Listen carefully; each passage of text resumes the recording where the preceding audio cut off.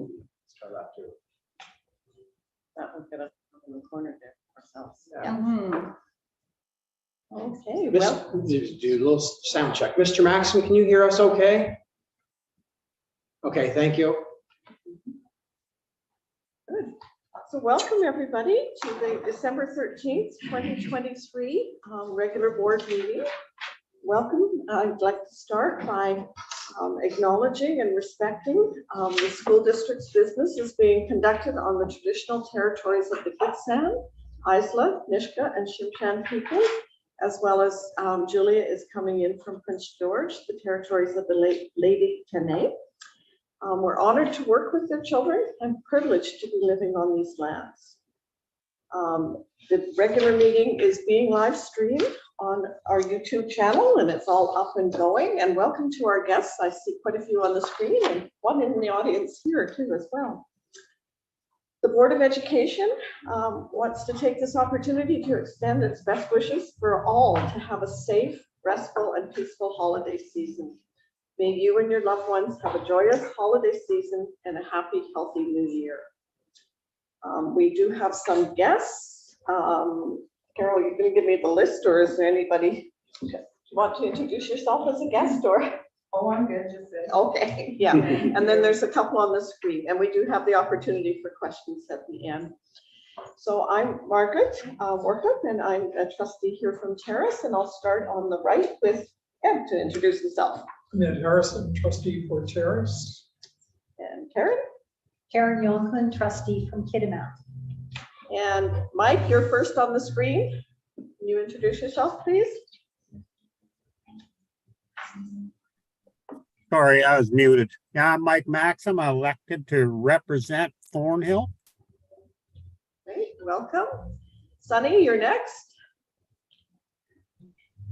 Sunny Duncan Green, trustee for Kitimat. Wayne. Wayne Jones, trustee and steward. And Julia. Good evening, everyone. Julia Sundell, trustee in Hazelton. Welcome. Aaron, if you could introduce yourself and your staff. Sure, yeah. So good evening, everyone. My name is Aaron Callahan, superintendent of Post Mountain School District. It's a pleasure to be here this evening. And I'm just going to start to my left and we'll go around the room and I'll ask each of our district team members and staff to introduce themselves. We'll start right here. Hi, I'm Ginger Fuller. I'm the secretary treasurer. Good evening, I'm Rob Shibley and I'm Director of Facility Services for the district. Good evening, everyone. Philip Barron, district principal. Good evening, Kiran Bhatt, director of HR. I'm Halagia Mainam, I'm Sakola, Robert Clifton, Director of Instruction for Distance Education. Hi, everyone. Geraldine Lawler, director of Instruction, Graduation, and Innovation. Good evening, Tina McDonald, district principal. Hi there, I'm Laura Gray, and I'm the literacy lead teacher in the district. Good evening, bonjour. My name is Carol Gagnon, and I'm the executive assistant. Excellent. Welcome, everybody. And we'll be starting with the presentation. And Aaron, you get to. I think we're gonna do the presentation in the education section. Oh, Yeah. So much for reading my That's right. agenda. Oh, Stick with the agenda there, Chair. Okay. So I will call the meeting to order and we have a quorum. Could I have a motion for the agenda, please? I did read this earlier today. Approval of the agenda. Ed, Karen, all in favor? Pass. Thank you. Next, we have 4.1, approval of the minutes of the prior meeting, which was held on November 21st, 2023. Can I have a motion to approve the minutes? Karen? Thank you. Anybody on the screen? Ed? Yep. Any questions on the minutes? All in favor? Pass. Thank you. Next, 5.1, the summary of the in-camera meeting, November 21st, 2023. I require a motion. It's on pages 12 to 13 to accept these minutes. Ed? Oh, Ed and Sunny. Thank you, Sunny. All in favor of approving the in-camera minutes? Thank you. Pass. There was no business arising from the minutes to report, but we do, and so we can move on to 7.1, which is on page 14. And that is that we received for information, the letter received November 24th, 2023 from the Kitson-Kalem Band Manager and the board's response letter dated December 1st, 2023. Can I have a recommended motion that we receive for information? Mike? Seconder? Karen? Yeah. Any questions or comment on the letter? Don't see anything. All in favor? The minutes or the minute letter is received for filing. 7.2 is the letter of condolences from the board to the Kitsillas First Nations Chief Counselor.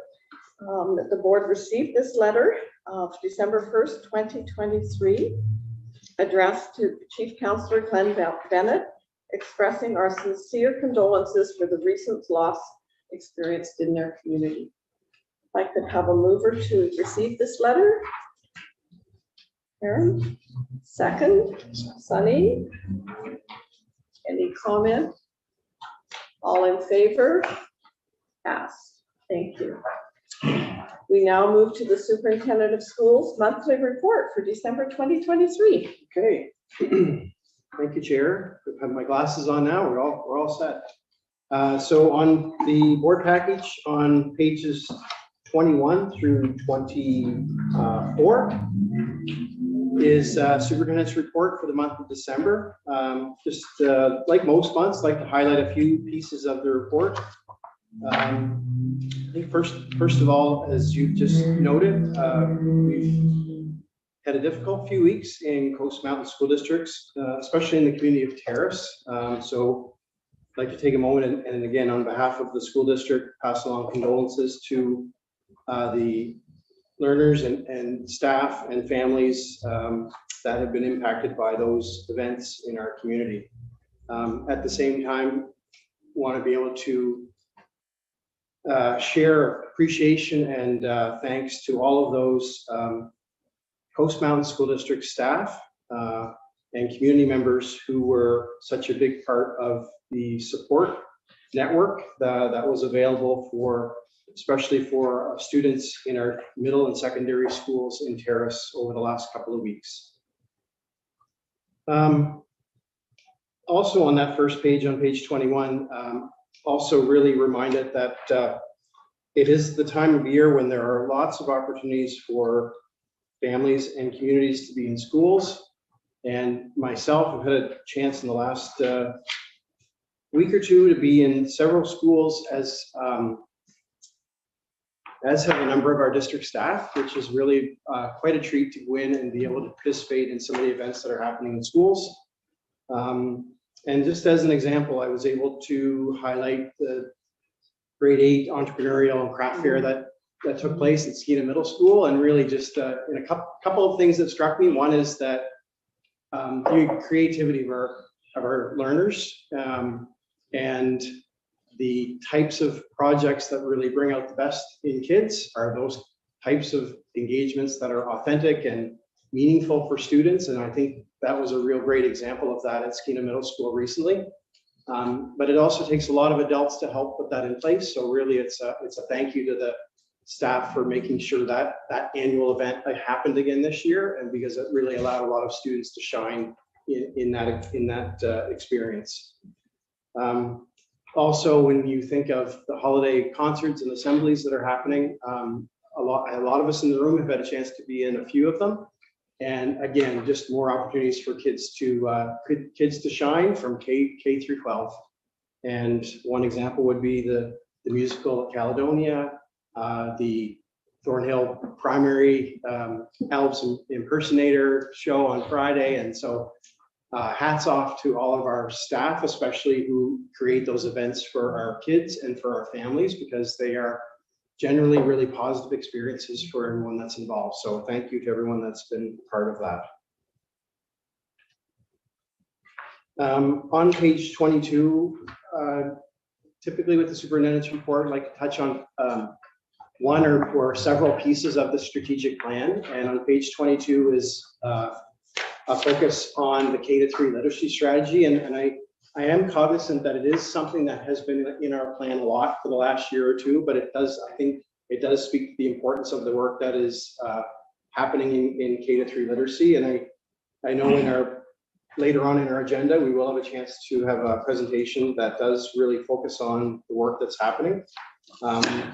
And I think all I want to really touch on page 22 is that in the second paragraph, we are talking about, you know, our baseline evidence that we're gathering at grades K-3. And the reason this is in our strategic plan and the reason there's a lot of investment in energy and resources going into this work is currently we have about 35% of our learners in grades K-3 who are on track. That's where they are right now. And certainly our plans are for moving the needle and having more students over time, meeting expectations at their respective grade levels. But I'm also reminded when you look at our graphs and you think of the importance of this work, it really does speak to the necessity of all of us in this system, in this boardroom and in our classrooms to bring our very best every day when we work with our kids in our classrooms. And it does require us to put all of our heads together to make sure we are moving the needle in the weeks, months, and years to come as far as literacy. Just one thing to highlight on page 23 is December 1st was provincially, it was the go date for the legislation around the Public Interest Disclosure Act as far as the public school system. And so in Coast Mountain School District, like the other districts around the province, was fully implemented with communication to our system around the processes for the safe and secure methods for which staff can report or disclose interest, potentially wrongful acts in our system. So it's, you know, loosely referred to as the Whistleblower Act. And so I'm happy to say that we've got some great processes in place to receive concerns that are from employees or former employees in our school district. And there's lots of information on our website to support that.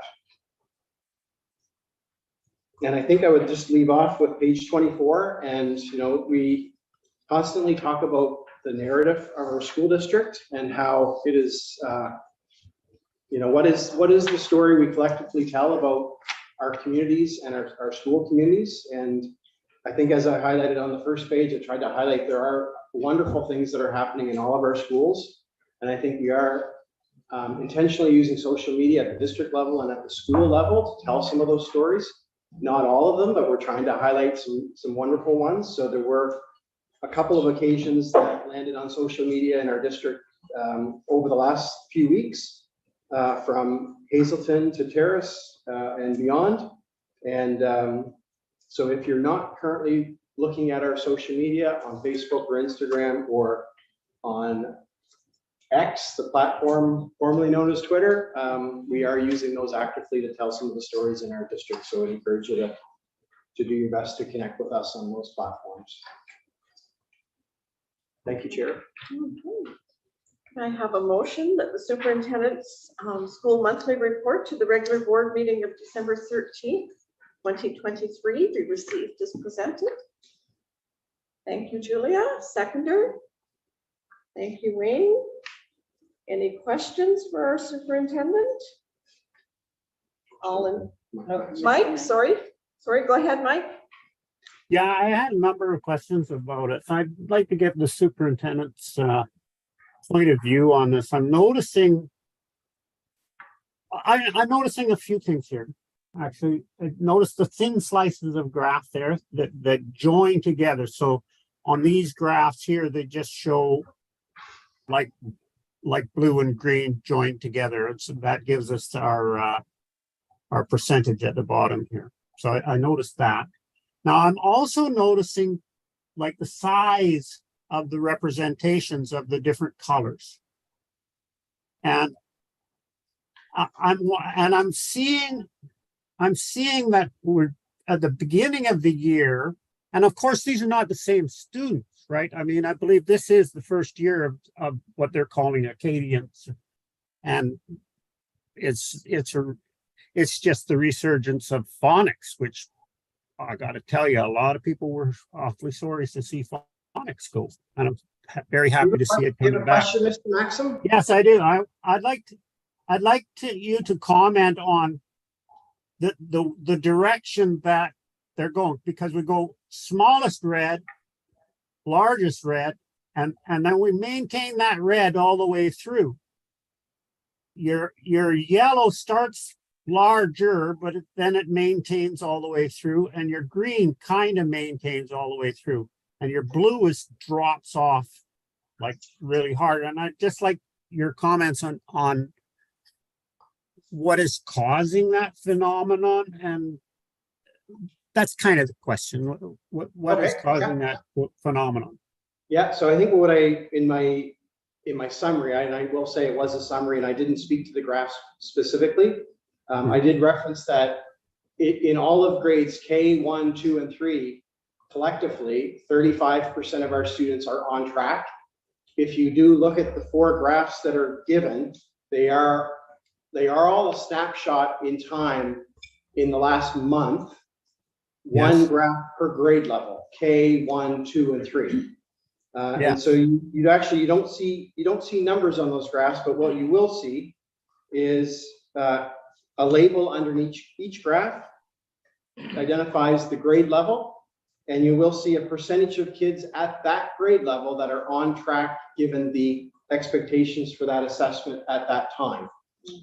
So the yellow and green in each case are not yet meeting expectations, and the green and blue are meeting expectations to some extent.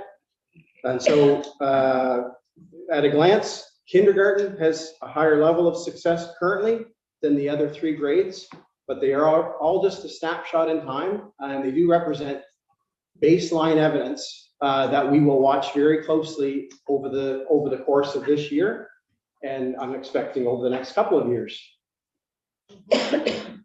Okay, so do you attribute now? It looks like the kindergarten kids are getting a heck of a big head start that the other grades didn't get. Is that a result of homeschooling, or is that a result of the early learning program that was instituted last year? Or how do you feel about that? Because these guys look like they're getting a big head start that the other guys didn't get. Yeah, that's a great statement, and it very well may speak to their readiness for school and based on the programs they've had prior to kindergarten. But probably it's quite possible in our presentation, which is later on in the session, they may speak to some of that. I'd be just making a guess though at that. All right, thank you. Any other question? Yes, possibly, yeah. Do you have further question, Mike, or? No, I'm good, thank you. Okay, we have all in favor of the motion to accept the report? Pass, thank you. And we have our Indigenous education report, and it's verbal. Mike.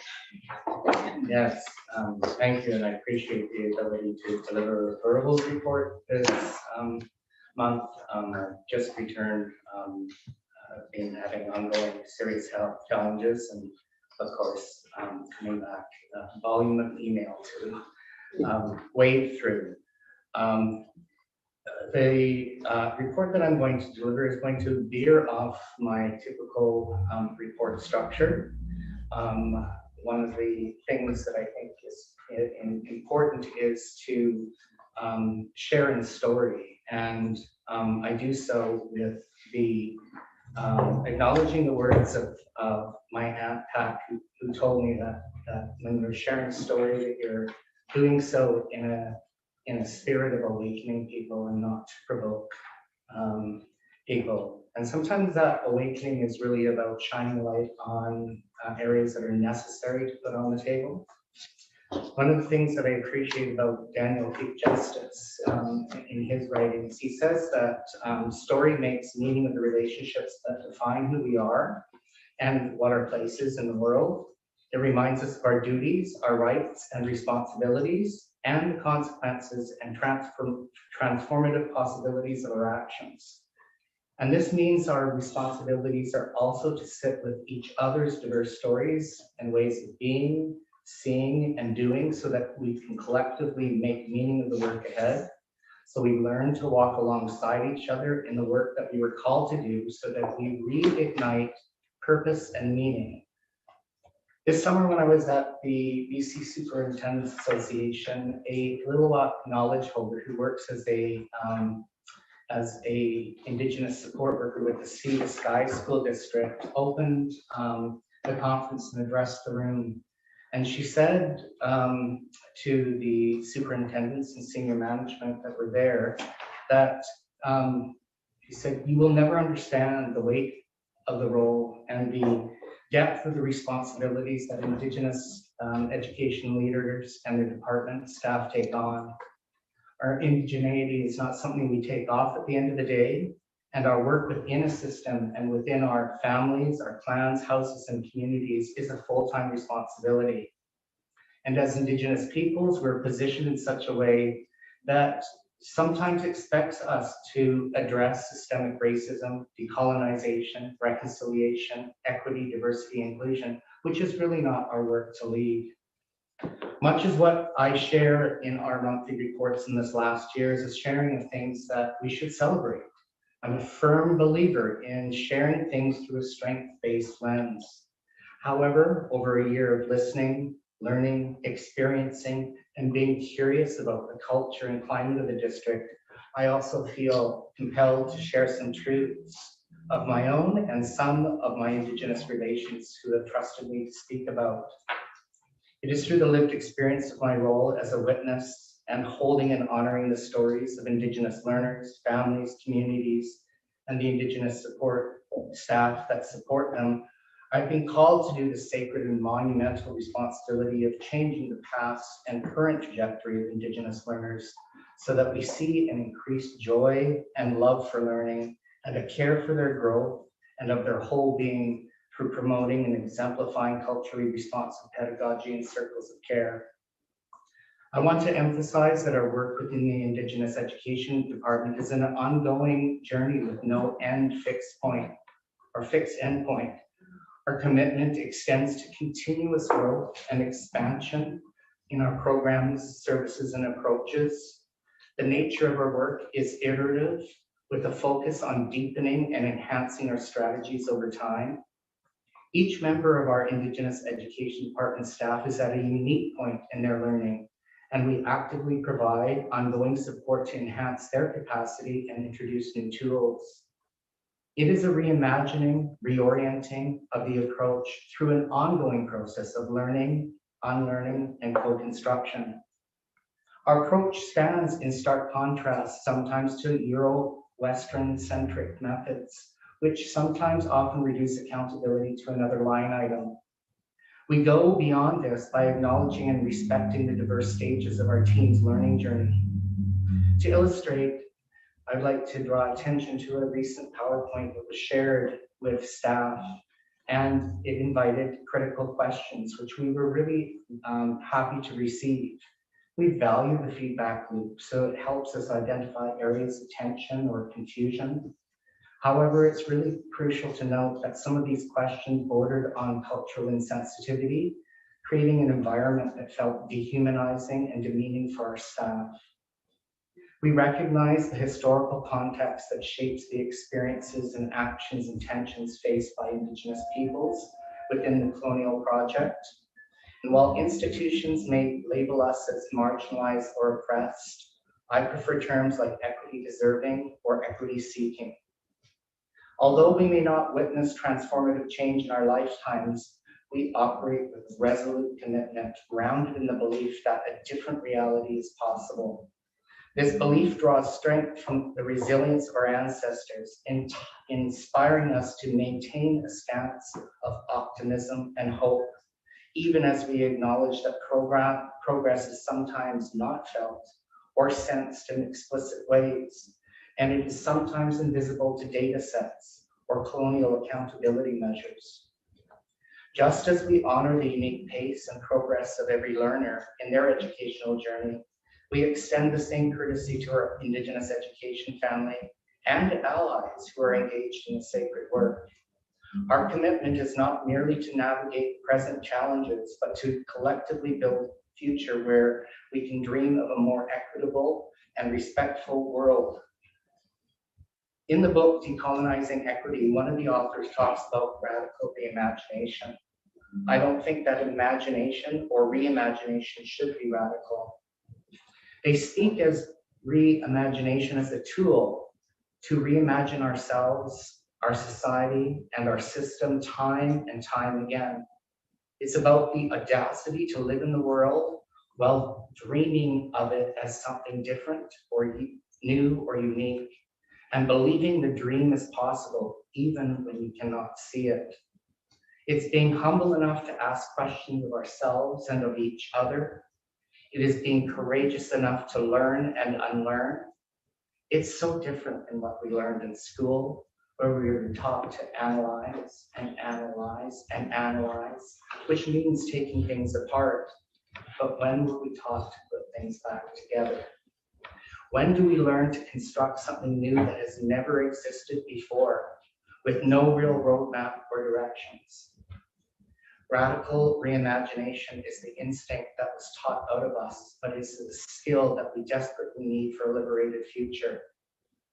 It should not be thought of as radical that our culturally responsive approaches are learner-centered. Our focused approaches to learner support align with the purpose of special purpose grant funding, which 131 enhancement funds are one category that the ministry provides for, which also includes ELL, inclusive education, French immersion, careers and trades. Enhancement funds are delivered and given over to us to deliver over and above services, supports, and approaches so that learners are given a relevant and responsive journey to who they are now and who they were meant to become. As we hope that in 7 generations, we will have successive generations that contribute to the healing that we need between human to human and human to land, place, 2-legged, 4-legged, finned, feathered, sky, rock, and more than human. I believe it is time that we truly prioritize Indigenous peoples who have a long history of being underserved and deserve to be equitably resourced and respected for the work we do. We are steadfast in ensuring Indigenous learners' growth and success according to their unique cultural, personal, and academic trajectories, grounded in their unique and diverse Indigenous ways of knowing and being, connected and interconnected through all our relations, First Nations, Métis, and Inuit. This commitment means that it's necessary to challenge and disrupt structures and systems in a passionate and compassionate way so that they are radically reimagined. As Indigenous individuals, our lived experiences expose us to behaviors ranging from microaggressions to explicit racism, and those daily experiences within an education system that sometimes falls short of being culturally safe or respectful. Despite this, I believe in prioritizing healing and relationality, relationships that are grounded in cooperation and collaboration, as we aspire to navigate the road to self-determination, echoing the sentiments of the 1972 paper, Indian Control over Indian Education. This pivotal moment that we are at demands resilience and strength, especially in the face of resistance to change. I acknowledge the reality of fear and frustration, loss of control for those who uphold these systems that were built for an industrial model that is no longer necessary. So we persist in our pursuit to make meaning with all our relations, both Indigenous and non-Indigenous people who are called to contribute to this journey. Regardless of our role or the tools at our disposal, our objective is to humanize every connection and situation. And it is through this humanizing lens we recognize movement, we recognize allies, and we recognize all those who share a calling to contribute to this time of reconciliation. It is over time that we will deepen and nourish relationships, so this shared responsibility for this work is not placed solely on Indigenous peoples to do the heavy lifting, for it is a collective effort that needs to be done so that we can live as better neighbors, visitors, guests, and human beings with the faith and hope that the world will be a better place when the next generations that we were invested in take up the work for a better tomorrow. Thank you. So thank you for your stories and your references to what you're learning and thinking, and also to the messages that you're sharing with us. So if I can ask for a motion to receive the verbal report. Thank you, Karen. Second, Ed. Any questions for Robert? All in favor of receiving the report?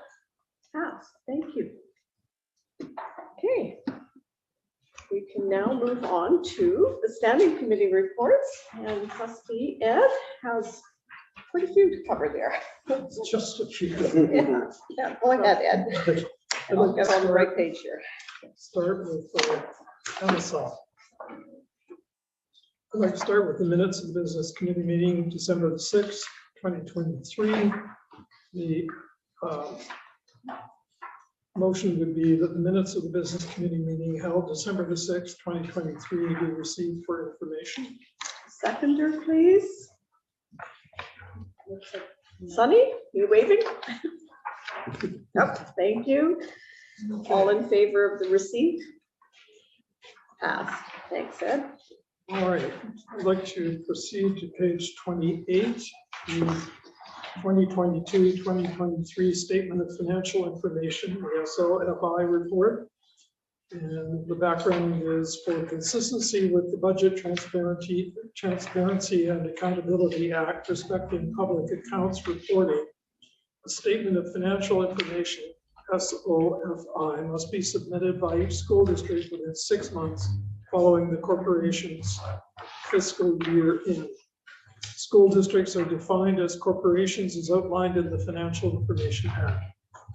Reference the attached 2022-23 Statement of Financial Information Report for Coast Mountain School District 82. The 2022-2023 Statement of Financial Information Report was presented at the Business Committee meeting held December the 6th, 2023, and is being forwarded to the board with a recommendation for approval. The action that's recommended is that the board approve the school district Statement of Financial Information, the SOFI report for the fiscal year ended June 30th, 2023. A seconder for the motion. Thank you, Wayne. Any questions for Ed or for Ginger on the report? Mike has. Mike, I think your hand is up. You're off the screen a little bit. Go ahead, Mike. Are you muted? I'm not hearing you. Sorry. Ginger stated in her report that there was an area of concern. And I'm wondering if I might find out what that area of concern was. Financial statements in the business community. Oh, Mike, that was on the minutes of the business committee meeting about our current financial statements and budgeting process, not regarding the SOFI. How would you like me to? Oh, okay. Did you want to finish this? Yeah, and let's go finish back? this. Let's finish this, and then we can go back as it a question, as it being a question about the minutes. So all in favor of approving the SOFI report, and we get it into the ministry as required? Passed. And then I'll adjust the agenda, and Mike, I'll put your question underneath the minutes of the business committee, because that's where the concern came up when the financial report was reviewed, and I can ask Ginger to share what she can. I'm just trying to go back to one area. Oh, so basically my area of concern, Mike, was we're heading into the amended budget process and waiting for the confirmation of our new funding levels allotted from the Ministry of Education and Childcare. I'm also waiting for some more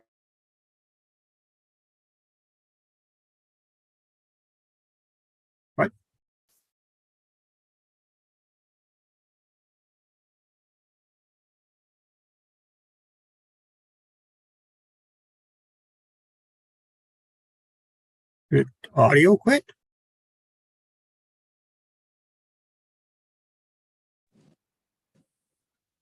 Looks like they lost internet over there. Oh, that's why everybody's frozen in place.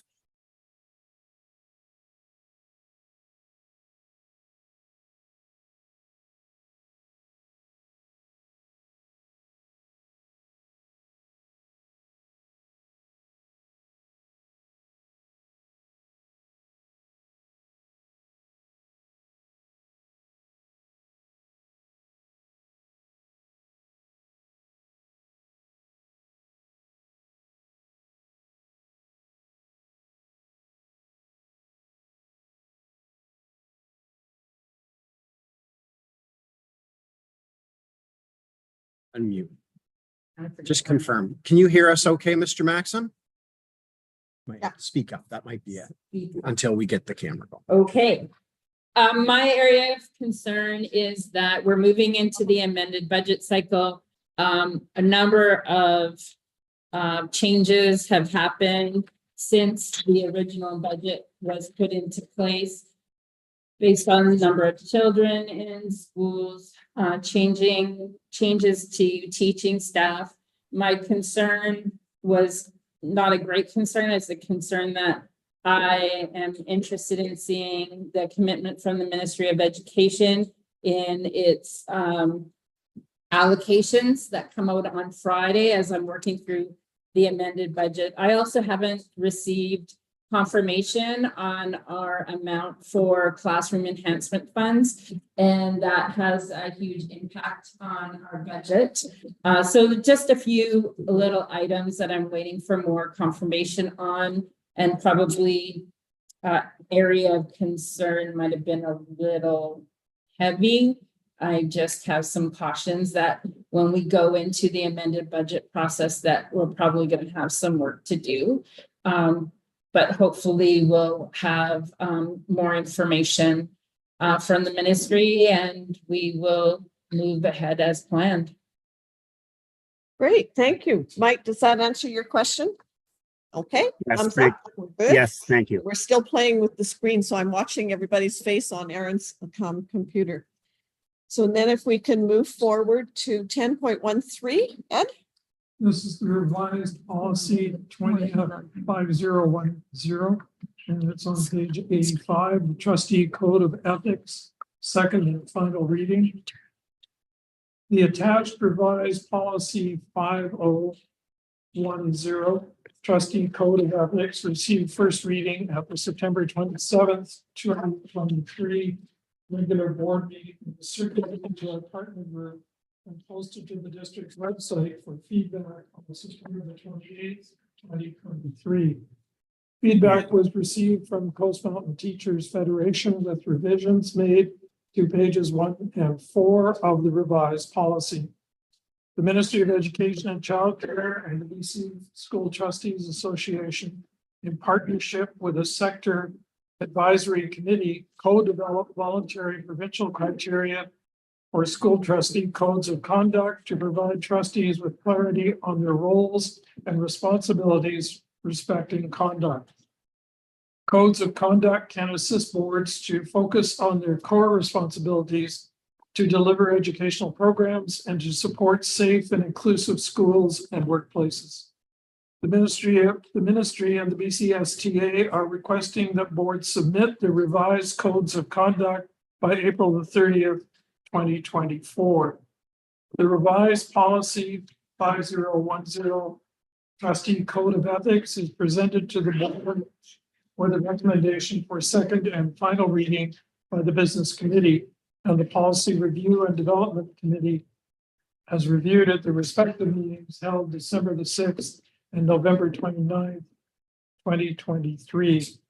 The recommended action then is through motion that the revised policy 5010 trustee code of ethics be presented for second and final reading at the December 13th, 2023 regular board meeting.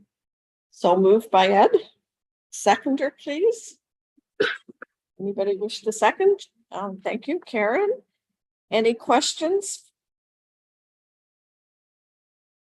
No questions on the screen here. All in favor? Mike, are you voting or not? Oh, no. Okay, do you want your vote recorded? Sure. Okay, so it is passed by majority. Julia, did you vote? I'm sorry, I can't see two screens at once. Thank you. Yeah. Thanks. Great. I just have one quick note to add into it. As a board, we met with the Nishka board and we did agree that we would be sharing our policies with them and working together so that we can spread the workload out that way. So we'll certainly share this and we will get it into the ministry as required. So. The motion can't proceed, however, Chair, to the final reading because it requires a unanimous decision. That's why bylaw reading only. That's bylaws only. Sorry. Yeah, no, that was my error too when I we were at the policy committee and governance looking at it. That's only bylaws. And I got corrected. Carol helped me. Yeah, so it is passed and it is enforced. Yeah. Okay, second bylaw or second policy change is the communications and consultations 10.14. This is on page 94 of the package. Can we just hold for a moment, Madam Chair? Yeah, we are taking a pause for a moment Thank you so because much. we're going to get the cameras working. Okay, thank you so much. Are you gonna, am I gonna do the You have to click onto the Okay. Zoom.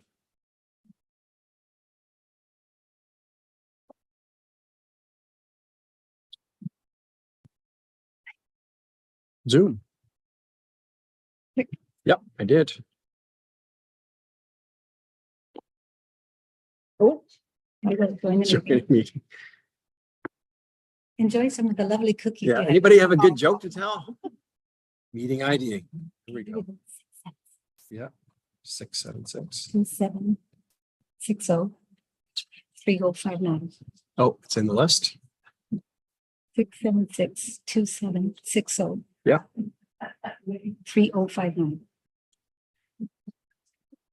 Oh, it is the same one, isn't it, Ginger, is what you're saying? Yeah, just because. Okay, join. Yep. Sorry.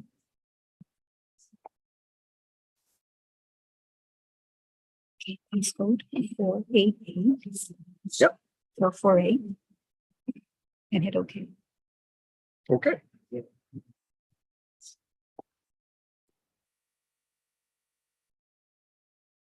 Got it. Got it? Oh, there we're all back. I have to go back to it. Okay. Wi-Fi. Click on the Wi-Fi.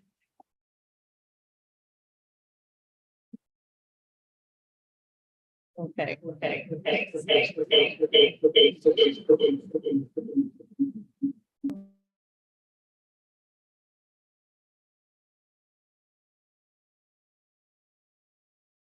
And unmute. Perfect. Can somebody wave that you can hear me? It's on the screen. Thanks, Wayne. Did the last It does. item pass? Yes, it did.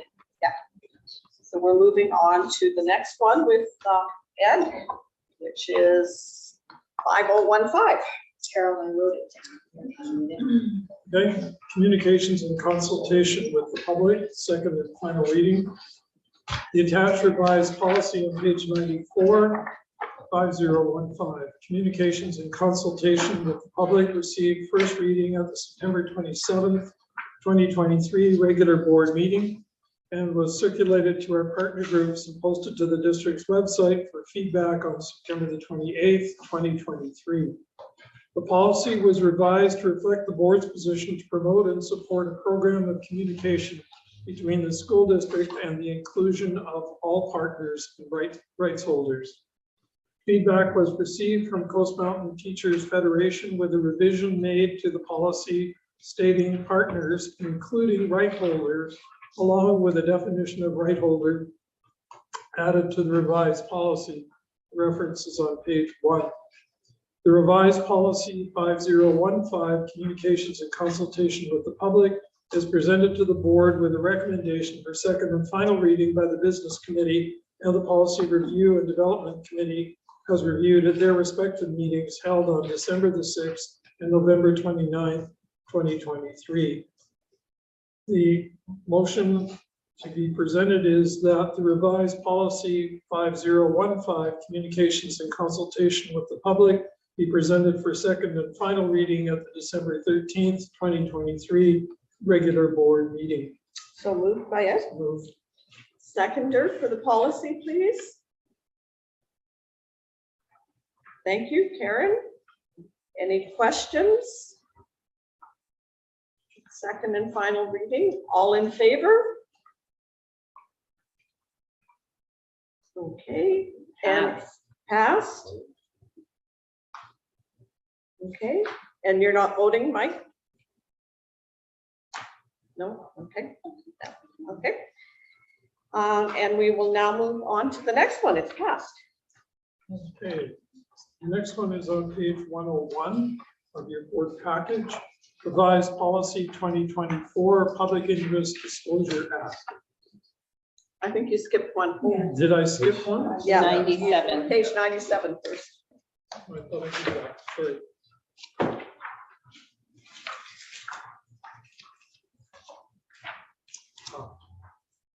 The next is the new policy, and this is on page 97, 5035, trustee conflict of interest, second and final reading.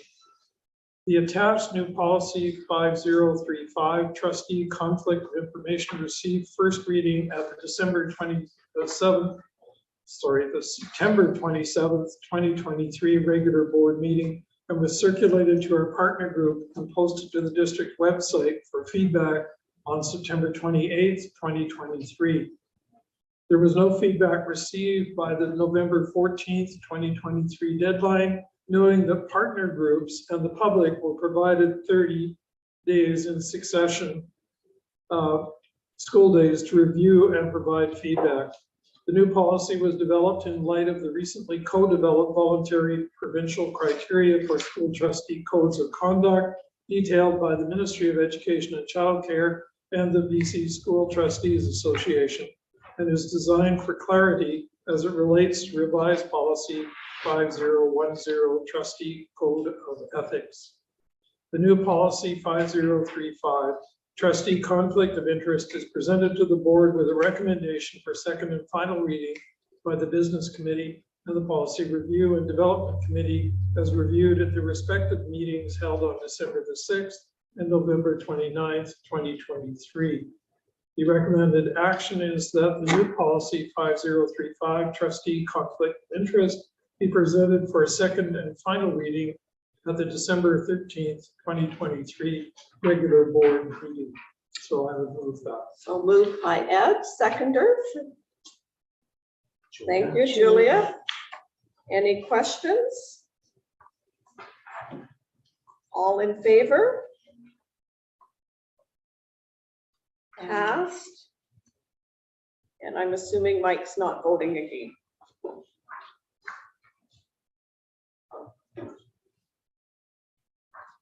Yeah, just abstaining this time. Okay, abstaining, thank you.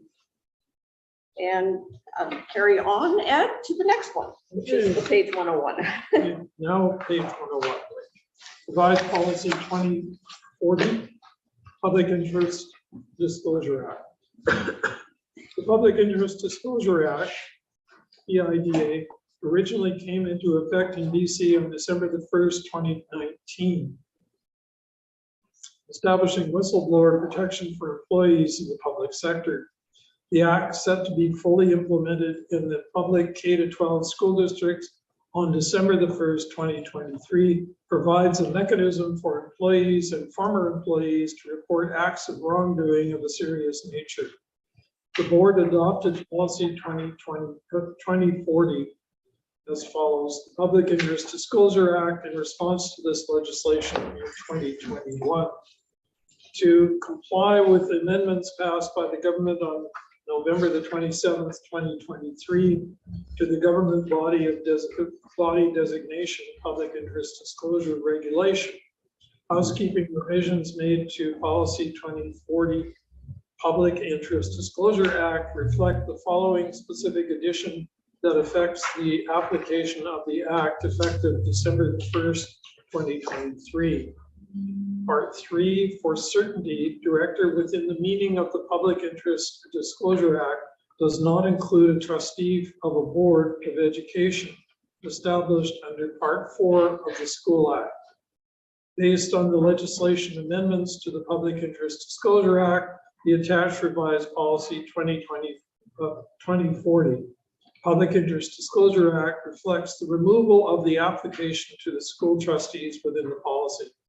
The revised policy is presented to the board for information by the Business Committee and the Policy Review and Development Committee as reviewed at their respective meetings on December the 6th and November the 29th, 2023.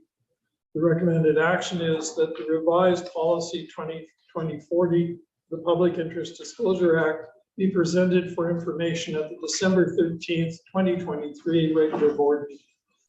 So moved. Syed. So moved. Seconder. Receiving. Thank you. Julia, any questions? We've heard about it twice tonight, one from the superintendent's report and one from this in terms of the housekeeping that we've done to meet the legislative required. Yes, Ginger would like to make a clarification. So with this change that the Public Interest Disclosure Act does not include a trustee of the Board of Education. That means that a trustee of Board of Education would go through the previous policies under Code of Ethics and Conflict of Interest rather through this policy. So I just wanted to make that clear. There is still a route for trustees. Thank you for clarifications there, or educating us to know what's happening here. All in favor of receipt for information? Passed. Are you abstaining again, Mike? Yeah, I'm gonna have to seek legal counsel on the ramifications. It is passed. Thank you. We move to the thank you, Ed. You had a lot tonight to do. Education Committee meeting, Karen. All right. 10.2.1, the Education Committee meeting minutes for the meeting that was held virtually December the 6th, 2023. Would like to make a motion for receipt for information only. Seconder for receipt of the Education Committee minutes. Thank you, Julia. Any questions for the committee? All in favor? Oh, Mike, go ahead. Yeah. Go ahead, Mike. You're muted. Okay, yeah, in the minutes, it says in there that they're looking for input from committee members regarding subjects for discussion in the meeting, and I'm wondering if a trustee can put forward a recommendation for discussion. I'll let the superintendent answer that. If he wishes. Well, there are trustees on the Education Committee, and they have had an opportunity to weigh in right until tomorrow on the special topic for the January Education Committee meeting.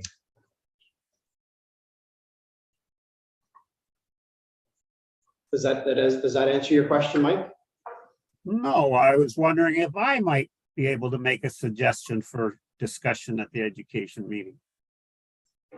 Yeah, so it is for committee members, and stemming from our last Education Committee, there were a few items that were put to a survey that went out to all of our Education Committee members, and there is an open forum. I believe it closes tomorrow at Thursday at 4 o'clock. And so far, there have been at least 10 committee members that have put responses towards that topic in January. So the vote is already kind of happening based on our the dialogue in that meeting. Okay, so I know that doesn't totally answer your question, Mike, in terms of input, but. I heard an emphatic no. Yeah, at any time, you know that you can bring up issues that you wish discussed with the superintendent, and we can see where it can be placed on the agenda if appropriate. So your voice can be heard. So that was, did I pass that, receipt of the minutes? Yes. You have to. Yeah, all in favor of passing? I didn't have my little P here. Yeah, pass, thank you. And I guess Erin's presenting the next one, or are you, Karen? I am not. Okay, that's great. 10.2.2 K-3 Literacy Initiative Update Presentation. Awesome. And I've lost my agenda somewhere in my paperwork, but I knew it was coming up pretty soon, so. It's a handout. Yeah, then there is a meeting handout, and so I would ask if you're board member online or if you're seated in the room, there is a handout that has been shared for this evening's presentation. So we alluded to it earlier, so I'm really happy to have two members of the district team share some information this evening on the work that's happening in K-3. And so we have Tina McDonald, who is district principal, and we have Laura Gray, who is literacy coach. So it's wonderful to have them both in the room tonight. And I feel like I've already given a little bit of the preamble in the superintendent's report, the work that they're both engaged in, along with, I would say, teachers and other critical people in all of our elementary schools around early literacy learning in the service of the kids that are in our classrooms is really important. And it is the reason why they're here tonight, is to share an update as to their work and speak to some of the data that they've gathered in the last month, and also a little bit around some of the next steps in response to that data. So without further ado, I'm going to pass things over to Tina and Laura, and I'm going to share my screen, and we've got a PowerPoint, and I'm going to bring that up right now.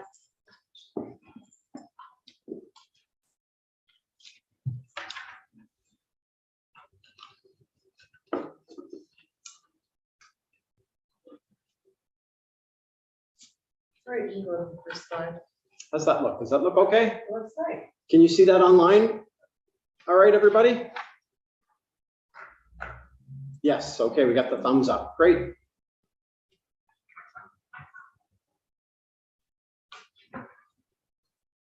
All right, so we'll begin our presentation. So as you all know, the literacy has been a big focus of our district, and since I've come on board last year, it's been pretty much a huge part of my portfolio. So some of the things that we noticed last year were that our students were underachieving when it came down to literacy. So we developed a plan of attack. Part of that plan included Laura coming on with her 2 years of expertise. So Laura's been working hand in hand with me, and actually we've developed quite a team across the district of educators who have been embracing and working along with us on this strategy as well. So big parts of our takeaway is, one, we need to build capacity. So after doing some extensive research with Geraldine, last year we developed a plan and looked at a program called UFly, which has a scope and sequence.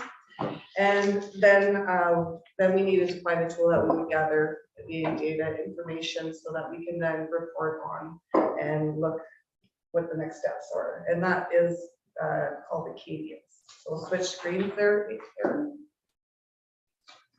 So I'll let Laura talk a little bit about, we're going to do the side screen first. So Laura's going to talk to us a bit about UFly.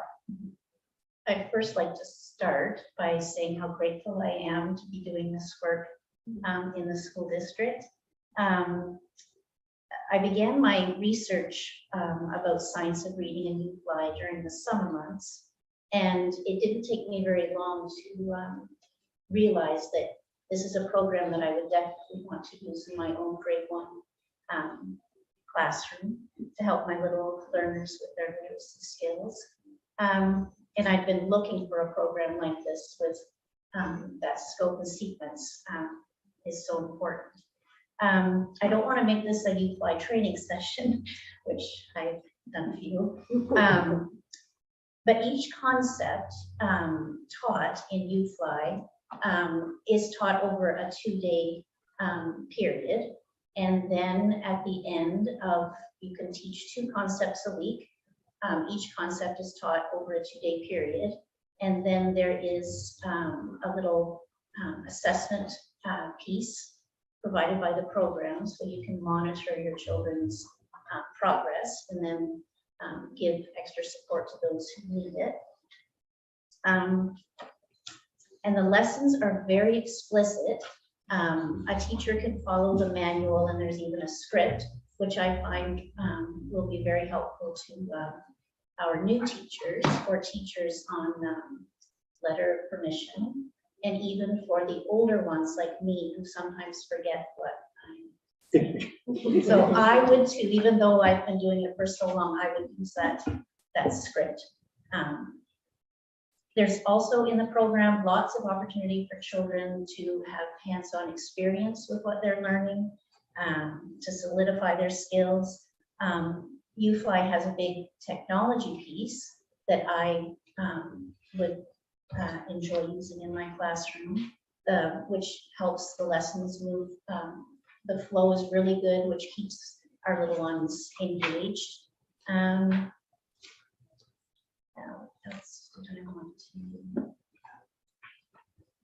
we have been able to train many teachers this fall. And I know that there's a few who didn't have that opportunity in the fall, so I'm going to be training them in January.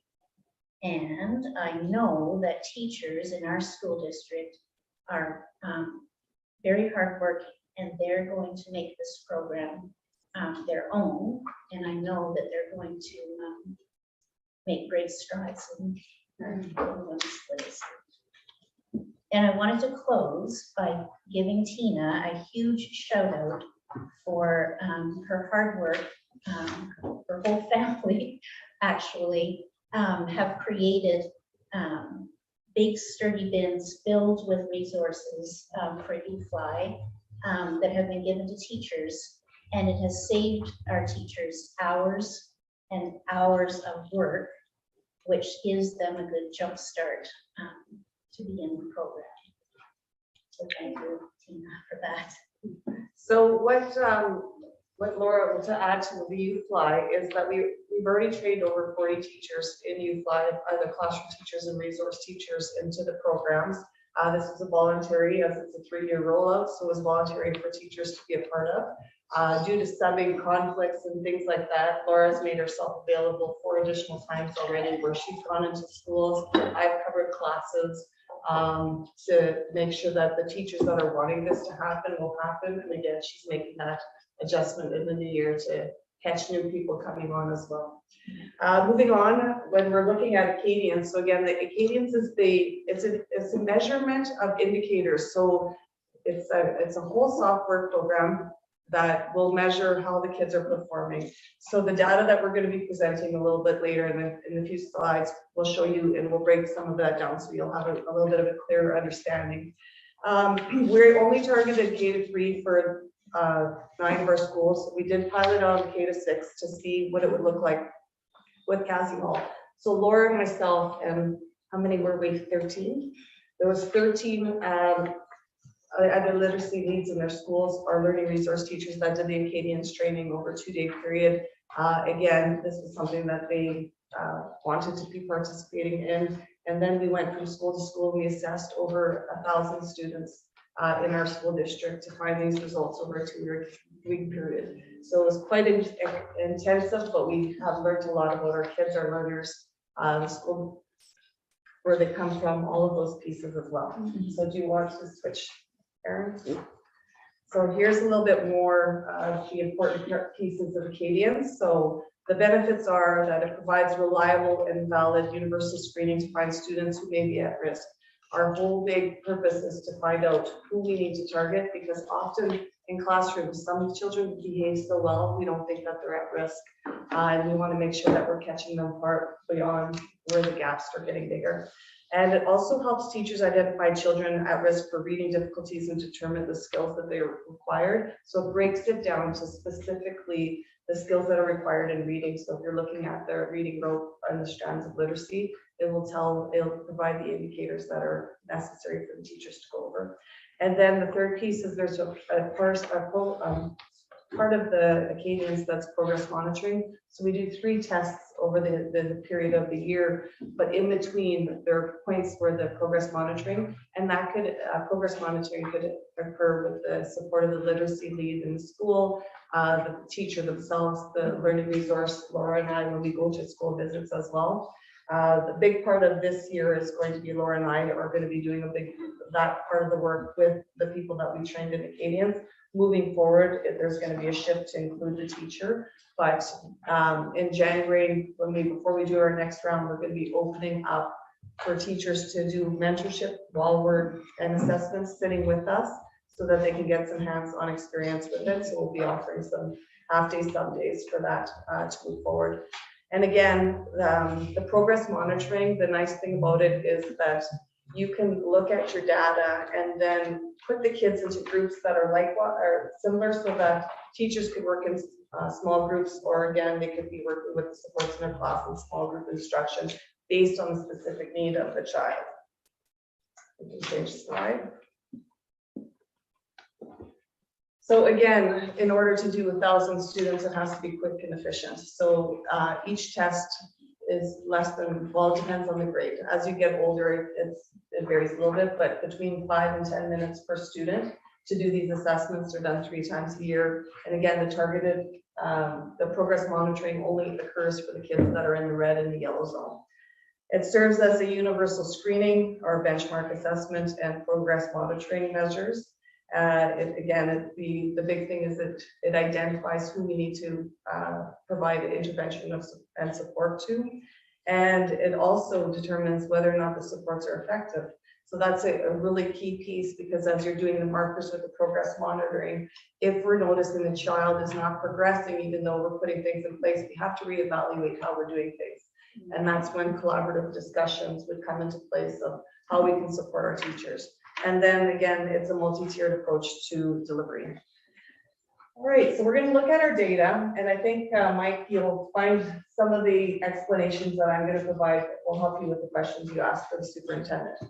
All right, so when we look at our kindergarten data across the district, we know that the kindergarten students are pretty much 50-50, or 51% of them not meeting and 49%. So one of the big things that, and Ginger, you mentioned it quietly, was that COVID, there is an impact of COVID. We're assuming that COVID is a part of the impact.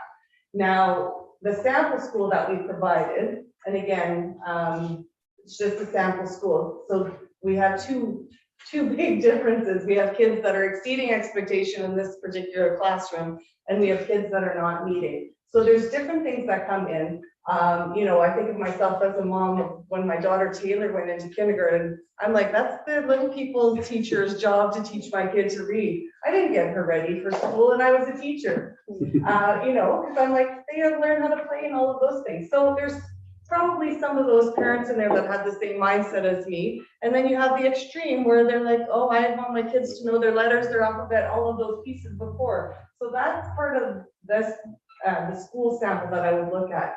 And again, you have different perspectives. We have some schools that have some challenges with low income. We have a lot of families that are displaced.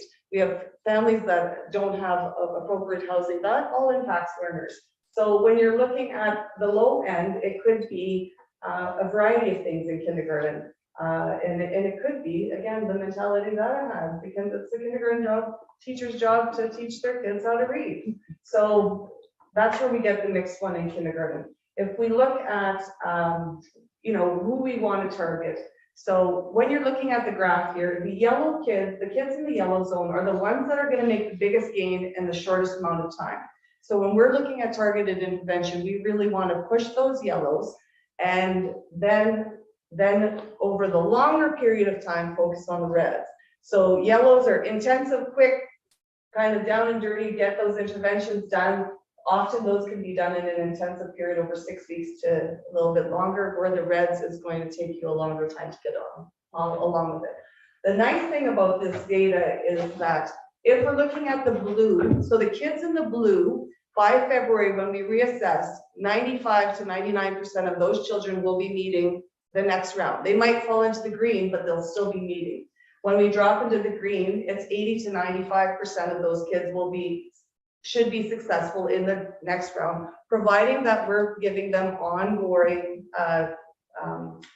we're following the science of reading, where we're continuing, not necessarily having to do the scope and sequence, but it's proven that providing scope and sequence type of programming for kids will impact positively their outcomes. So if we move over to 3, so that's pretty much the whole thing of where the discrepancies will be. So now if we're looking at grade 1, well, so we have a way bigger sample. There's 233 kids currently in grade 1, where we have 143. So over 55% of our kids are well below.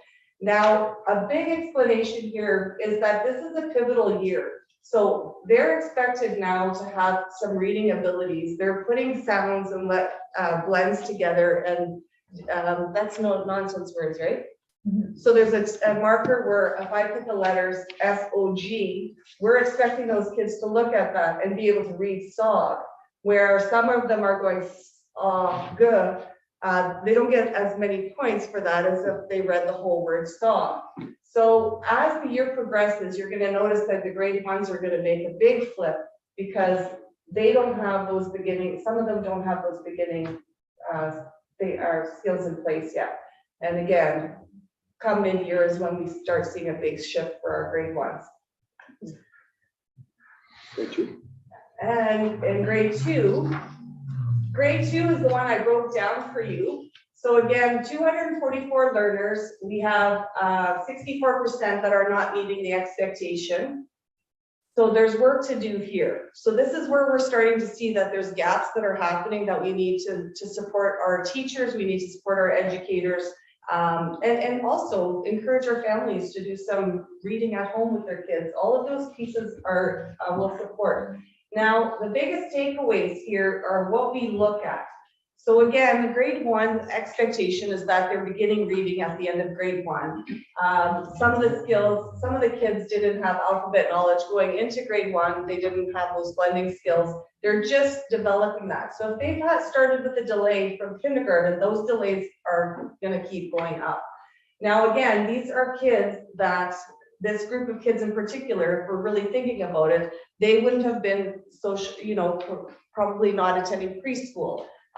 They would have come into still COVID happening within their school, their kindergarten year. Lots of absenteeism were happening because at that time we were still, if you had any symptoms, you were staying out for 5 days. So this significantly will have impacted our kids. So again, the big thing that we can take away from looking, so reading composite scores, it takes all the information and makes a big score. The nonsense words were that example I gave you of SOG and MIP would be words. So the kids are starting, we can see they're starting to make those connections. Now, when we're looking at oral reading fluency, that's how well they read. So the kids are starting to break apart and are able to read, but they're not understanding what they read is the next one. So those are skills that the teachers will definitely be targeting in small group and large group discussion to help improve their students' overall performance. And in grade 3, this is where we see the biggest impact. Now, why we really want to make sure we're targeting before we get to grade 3 is there's clear indicators that kids that are not reading by the end of grade 3, they are less likely, I believe the stats is 1 in 8 kids that aren't reading by the end of grade 3 are likely to not graduate, or they are less likely by 80% to graduate in the 3 year or 4 years, however you want to look at it, by their grade 12 year. So this is where COVID really happened. This is the kids that were highly impacted. And again, so they would have gone through 2 years of attendance, of staff missing, their teachers being out, them staying home, all of those factors. So we can see why there's a huge impact here with 72% of our kids not meeting in grade 3. The great news is that interventions that happen today, still at that 8 level, are gonna have more effect than if we start putting interventions when they're in grade 7 and higher. So we wanna make sure that we're doing these targeted interventions for them before we get to the point where the gap is so big that they feel that they can't catch up. Now, some of the conversations I had with our team as we were going in is that some kids would say, no, we don't want, you know, we can't read. And it's so important that we stress to kids, yes, we can't read. You might not be able to read yet. And then they come and they sit and they can do far better than but they've convinced themselves they're not readers. And we have to really shift that mindset with our educators. So you know, helping kids believe in themselves and creating these relationships are key. So if you want to go now, here's the big multi-tiered system of support. So this is how we attack all of these things.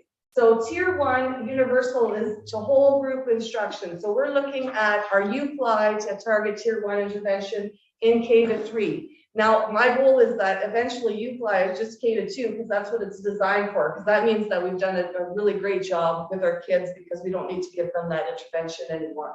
So 75% learners should be found in tier 1 intervention. And we had about 38, I think Aaron calculated district-wide. So we're not meeting there. How do we do that? Is by doing scope and sequences. It's supporting our teachers. It's providing training and resource for UFly, for Acadians, for them to understand progress monitoring and supporting in those roles. Second one is targeted tier 2. So that's a targeted intervention. Now again, UFly can be used for targeted intervention, and you can actually use UFly for targeted intervention in older grades, which is also a great tool for it. But in that tier 2, that can be done within the classroom in small group instruction. It can be done in the classroom one-on-one while kids are working on centers or other things. And it also can be done and pull out with the learning resource teacher or the literacy lead. And then our, again, so our tier 2, you would average out between 15 and 20% found in tier 2 of your kids in the ideal situation. So again, our tier 2 interventions aren't actually that big.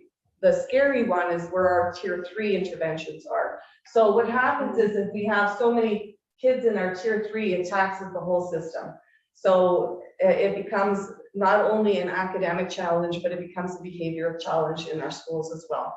Because the kids that don't feel that they can, then they start acting out because that's easier to respond than feeling less than, right?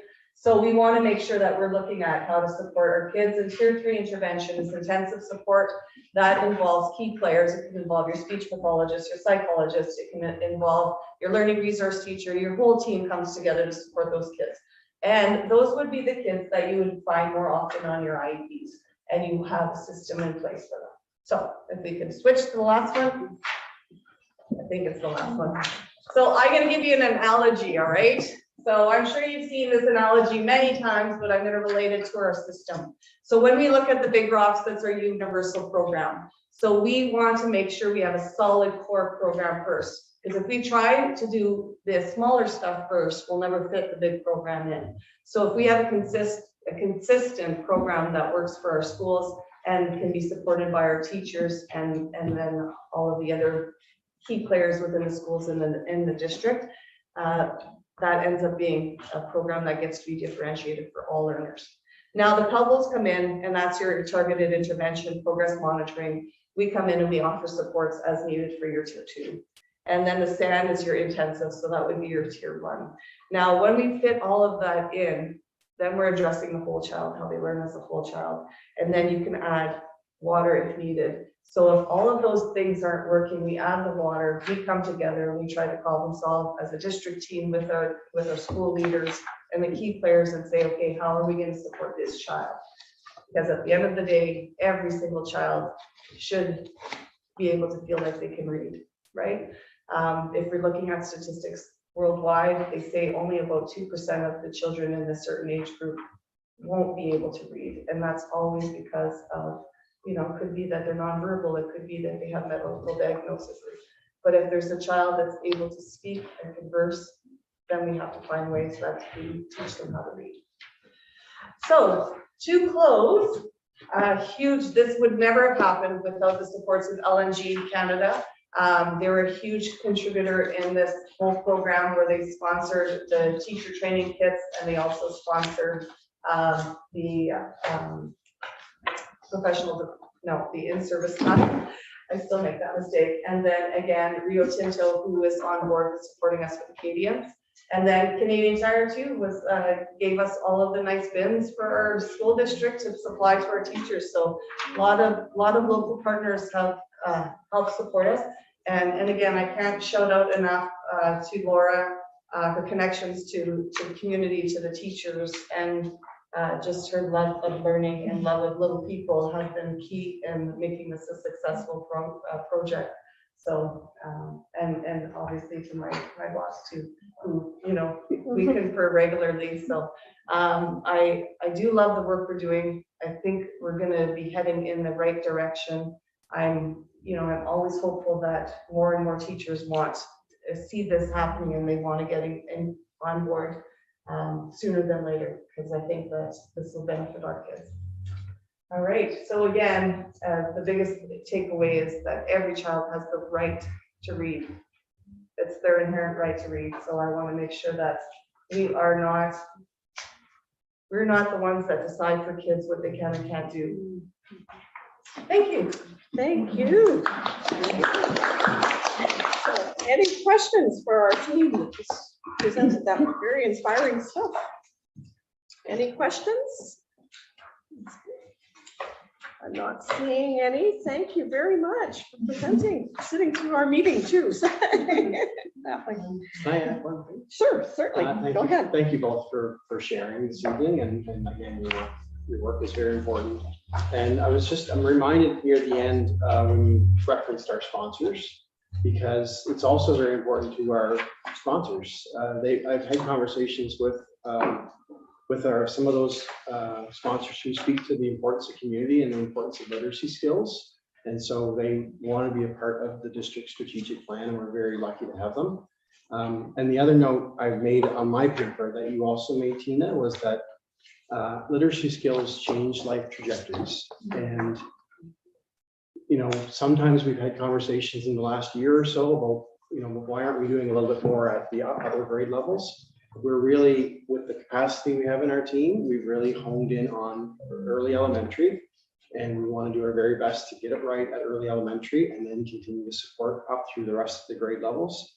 But we know that, as you say, when kids are readers, by the time they get to grade 4, where they are reading for understanding and content as opposed to learning how to read, it does change trajectories of kids. There are fewer discipline issues in schools. There's higher levels of engagement, and there's higher levels of success. And those are the kids that are going to be the same kids that are meeting our graduation rates that we're shooting for in our district by the time they reach grade 12. So it will carry through, and I appreciate all the work that's gone into it so far. Excellent. Any last comments, or we'll move on? Don't see any. So there is no new business to report. So 12.1 is my board chair's report, which is enclosed in your package. And I just wanted to add one little note. I leave tomorrow so I can see grandchildren, but I linked that into being able to go to Port Alberni. And the chair of that board is hosting me to show me around on Monday before I do some work in Port Alberni. But they are also moving the name of their school district to Pacific Rim. So on their journey for reconciliation and change. So I look forward to seeing the work that they're doing. And I got told I'm serving the food at their dinner or at their lunch for their holidays, because they're not on holidays when we leave this week. So if I could have a mover to receive my report. Ed, Karen, you second? All in favor? You can tell I'm getting hungry. It's just passed. Okay, other trustees, anything to report? Share. Yeah, Karen, go ahead. I was happy to attend the Kildala Elementary Christmas concert today. Just love it. It's so fun. And I will be attending the Mount Elizabeth Band concert tomorrow night. So just wanted to mention that. Excellent. Any other trustees wish to share anything? Mike, is your hand up? Sorry, you sneak off the edge of the screen there. Yeah. Go ahead, Mike. Are you muted? I thought I put it back on. I attended the British Columbia School Trustees Association Academy. Their mission statement is to support our members, BC's boards of education, in their key work of improving student achievement. I think the key words that I take out of that is that that whole conference was for the trustees. I had comments about a lot of the takeaways that I had from that meeting during the knowledge panel, where we are, where we were, where we are, and where we're going. My best takeaway was from the lady Florence Thomas when she said, "I will not treat you the way that you have treated me." I have comments about the concurrent good governance in complex time, what it takes to for boards to make a positive difference. That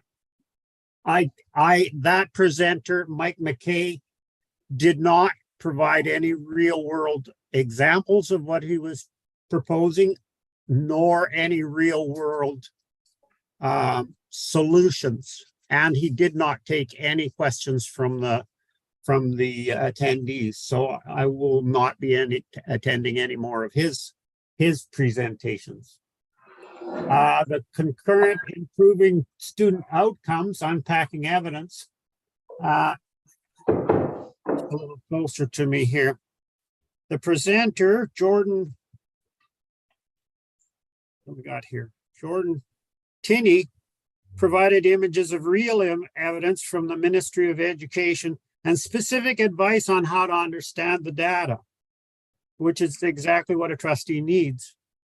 He addressed questions from our table group and was not evasive as to whether the superintendent is an employee of the board and then therefore our responsibility to govern. I did not understand everything that he was trying to teach, and I hope to take his class again. The plenary, Kevin Lamoureux, inclusion in partnership. There were many, many takeaways there. Ensure that children learn that they are capable of succeeding. Helplessness is a learned behavior, and confidence does not equal strong-minded. Oh, there's more. This was also an important one. Discipline is a logical, emotion-free consequences for the purpose of teaching. And every person wants to believe that they have something to contribute, and he also spoke to the value of trauma-informed healing practices. And then there was the plenary John Tyler benefit, the science behind being kind. By far, in my opinion, the most valuable learning experience of the week. Too many takeaways to list on that one. Tracking kindness leads to increased happiness.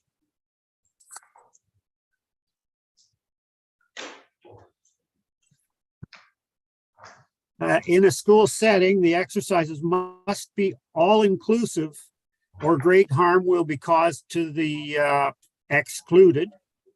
And this seems to me a subject to be studied for a lifetime. Now, Dr. Benfet something had said that he was teaching a course at UBC. That's a proposal. I did get in touch and attempted to enroll in his course at UBC, but the course does not at this time exist. So I've asked to be on a list to be notified when he does that. Anyway, that is the end of my summary of the meeting? Summary of what I've been doing lately. Okay. Any other trustees have comments? No, hearing none, can I then have a motion for adjournment? No, question period first. Questions from the audience? No? Question from up here? Anything? We have a couple of guests. Yeah, nothing, no comments coming forward. So now we can have the motion for adjournment then. So moved, Ed. Did you move your hand? Okay, we're adjourned. Thank you. Yeah, I noticed that. Good But night, I- everyone. Yeah, thanks. Take care, everybody that's online. Happy holidays. Happy holidays. Yeah. So I'm just gonna close the doors.